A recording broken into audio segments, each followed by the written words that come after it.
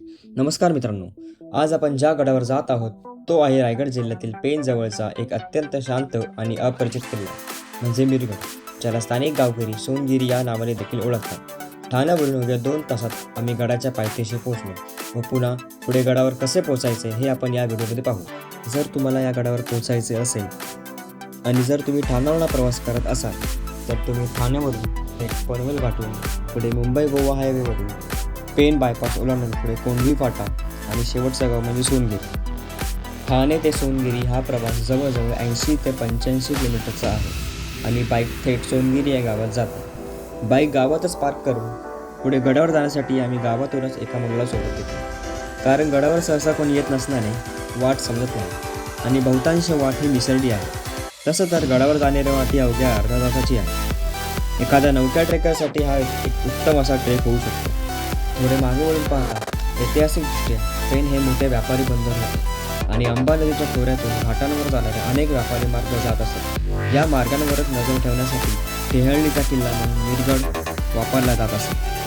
गडाचा विस्तार लहान असला तरी भौगोलिकदृष्ट्या याचे स्थान अत्यंत मोक्याचे आहे. अवघ्या अर्ध्या तासाच्या चढाईनंतर आपण गडाच्या माथ्यावर येऊन पोहोचतो. त्यानंतर माथ्यावर काही जुन्या काळातील दगडी तटबंदी, ढासळलेल्या बुरुजांचे अवशेष दिसतात. कातळात कोरलेले खोदीव पाण्याचे टाके, जुन्या काळातील पहारेकरांच्या चौक्यांचे दगडी चौथारे येथे आपल्याला पाहायला मिळतात. त्याचबरोबर पूर्वीच्या काळी रहदारीत असणारा प्रवेशद्वार आपल्याला आता ढासळलेल्या स्वरूपात पाहायला मिळतो.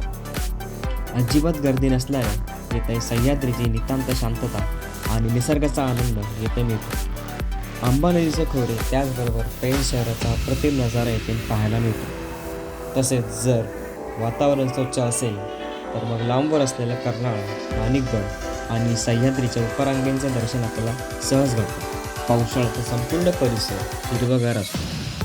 सोबत किमान 2 लिटर पाणी आणि सुका खाऊ नक्कीच ठेवा. ऐतिहासिक वस्तूंचे पावित्र्य राखा. कोणताही प्लास्टिकचा कचरा गडावर करू नका आणि गड स्वच्छ ठेवा. संपूर्ण गड फिरून आम्ही अवघ्या 15 ते 20 मिनिटात पुन्हा पायथ्याच्या गावी येऊन पोहोचलो. जर तुम्हाला हा व्हिडिओ आवडला असेल तर नक्कीच लाईक करा आणि तुमच्या मित्रांसोबत शेअर करा आणि चॅनलला सबस्क्राईब करायला विसरू नका. भेटूया पुन्हा पुढच्या बघता.